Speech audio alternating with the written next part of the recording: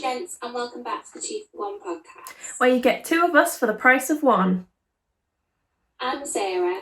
And I'm Becky. And I know today we promised a university versus not university, but due to recent events, we wanted to film this video in the meantime and put it up beforehand, just because we think it's really, really important. So as I said, due to recent events, unfortunate recent events, today we're going to talk about feminism. Okay, so like Becky said, due to recent events, I'm sure you'll all know that on the 3rd of March, a 33-year-old woman by the name of Sarah Everard vanished when she walked home from a friend's house to her home in Clapham, which is in South London. Her body was later found that week in a woodland near Ashford, which is in Kent, and a police officer named Wayne Cousins has been charged with her kidnap and murder. I think this is particularly shocking for a number of reasons. So first of all, Sarah did everything that us women aren't supposed to do. Yeah. She wore bright coloured clothing. She texted a friend. I think she was even on the phone to somebody as she walked home.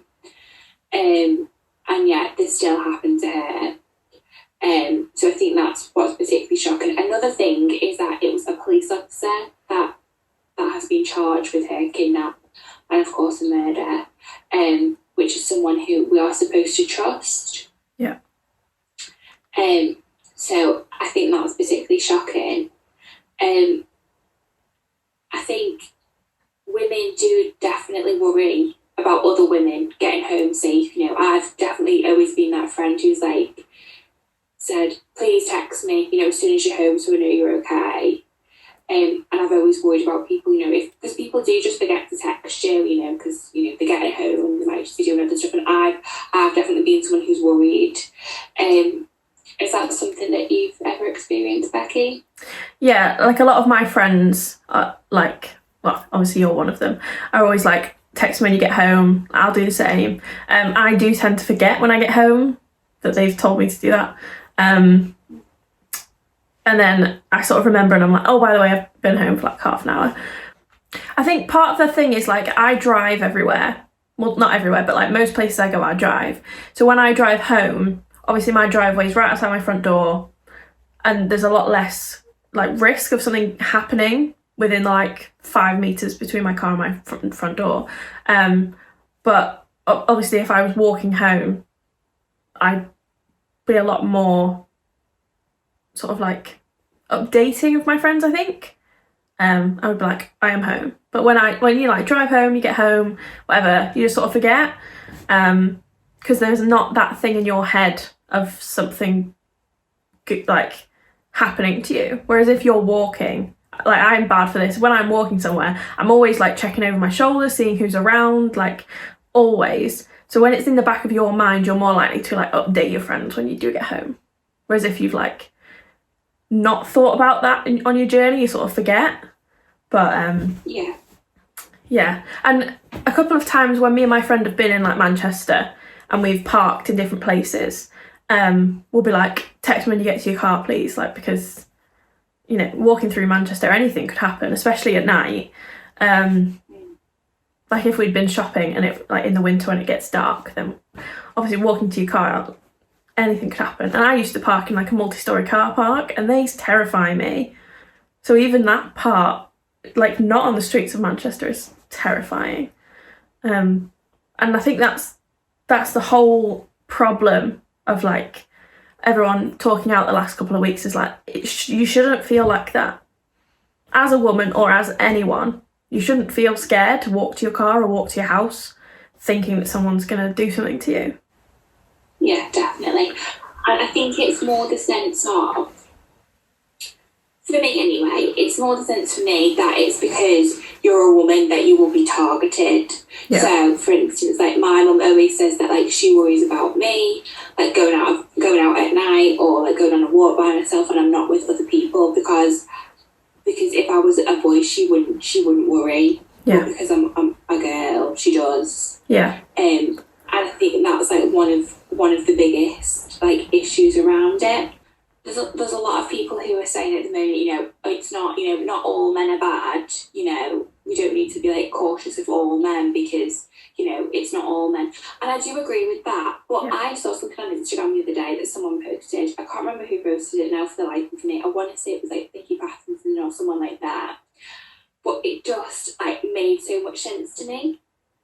So it said something like, if someone gave you a box of Maltesers and said that one of the Maltesers was like, I don't know, like something bad, like you didn't want to eat.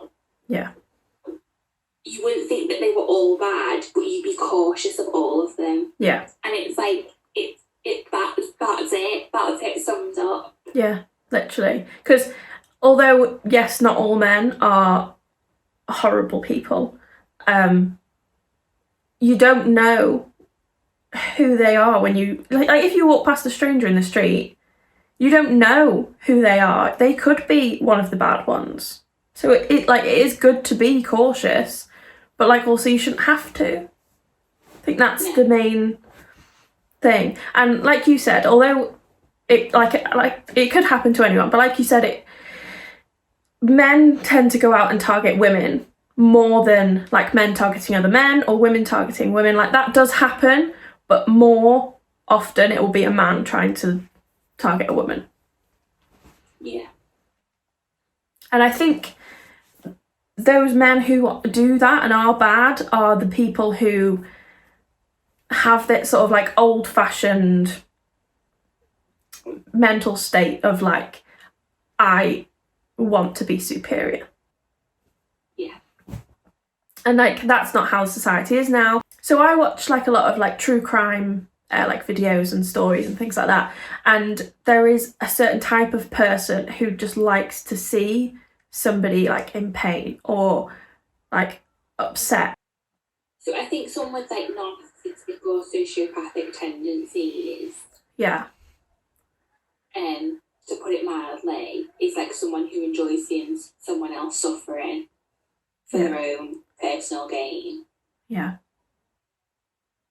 And unfortunately, people like them do live amongst us. Like one of the best things I've ever seen. It was ages ago that I saw this, and I saw it and I was like, oh my god, that's so true. So I saw on Instagram a while ago, and like I am so afraid of ghosts and ghouls and monsters and paranormal activity and all that stuff. But someone put something up saying if Scooby-Doo taught us anything as children, it's not monsters that we should be afraid of. It's each other. Yeah. Yeah, because the monsters in Scooby-Doo were always humans dressed up as someone. That's so true. Yeah, exactly. So, if anything, that's like one of the truest things I've ever seen. Like, if it taught us anything, it's that the monsters are other people. Yeah. So when we talk about feminism in this video, we don't mean like the really, really strong views of like women being better than men. We don't mean that. We are talking about the equality of men and women. And that could include like trans women and trans men. Like there's different levels of feminism, but we believe that everyone should be equal. Nobody should be superior in any way. So I just think that as a woman experiencing, some sexism and seeing it obviously in like a bigger scale of this, I just think I wouldn't want it to be the other way round. I don't want to punish men. I just want us all to live like harmoniously and for there not to be any hatred. Yeah. I mean, maybe that's a bit unrealistic, but that is what my ideal view is as a feminist. Yeah. So I know this video is like a little bit different to what we normally talk about, but we do like sprinkle in a little bit of this in all of our videos. Just talking about like a woman's perspective of everything, like relationships, and well, we are going to talk about uni versus apprenticeships obviously next week now. So obviously we provide the like female perspective of how we feel. But I think Sarah would agree, like, because we are so independent as women, as we've like discussed in probably all of the other episodes, we don't feel that we would want or need a man to have to look after us to be able to walk home safely, or to know where we are to walk home safely. We should be able to do that on our own without the threat of something happening to us. Definitely. Okay, so now a 1950s housewife for some of us might seem like something of the past. However, according to a recent survey, 8 in 10 women still say that they do more of the housework than their partners do, well, their male partners. And if they have dependent children, then they are even more likely to be slaving away. So this obviously reinforces that women are traditionally paid less than men, so more likely to give up their successful careers to become homemakers and caregivers. So it is important to say that if, you know, someone that you know, or even yourself, is someone who is a stay-at-home parent, or chooses not to work and instead, you know, does work around the house, that work is just as admirable as any other job. However, the issue is when a woman is expected to give up her job because she is more needed in the house. And I think it's also shocking when it shouldn't be if a man is a stay-at-home husband and the woman works. Definitely. Like, people are like, oh. And also, when like, I've heard this a few times, but when women look after their children, it's just the mother looking after their children. But when a husband does it, they call it babysitting. It's like, he is just as much a parent of those children as the mum. So why is it down to the mum to look after the children? And it's like a shock when he is. And it's like, he's got a job of babysitting. Like, that's just not, it's just not a good mentality. Or I've noticed, you know, I've got friends, and say like the dad looks after the kids so the mum can go like on a night out or like shopping or whatever, then other people will say, oh, isn't he such a good dad, like, oh, you've got a good one there. But if it was the other way around, then nothing would be said. Yeah, it's actually, like, it should be expected. Yeah, because it's not expected. It's like, oh, look, he's spending time with them, when he's probably like not. He's probably just watching TV just in the house while they're there, if you know what I mean. The other thing is, like, when, say, a woman and a man went on a night out separately, obviously, if the man went out, it would just be like, oh great, like, he's out.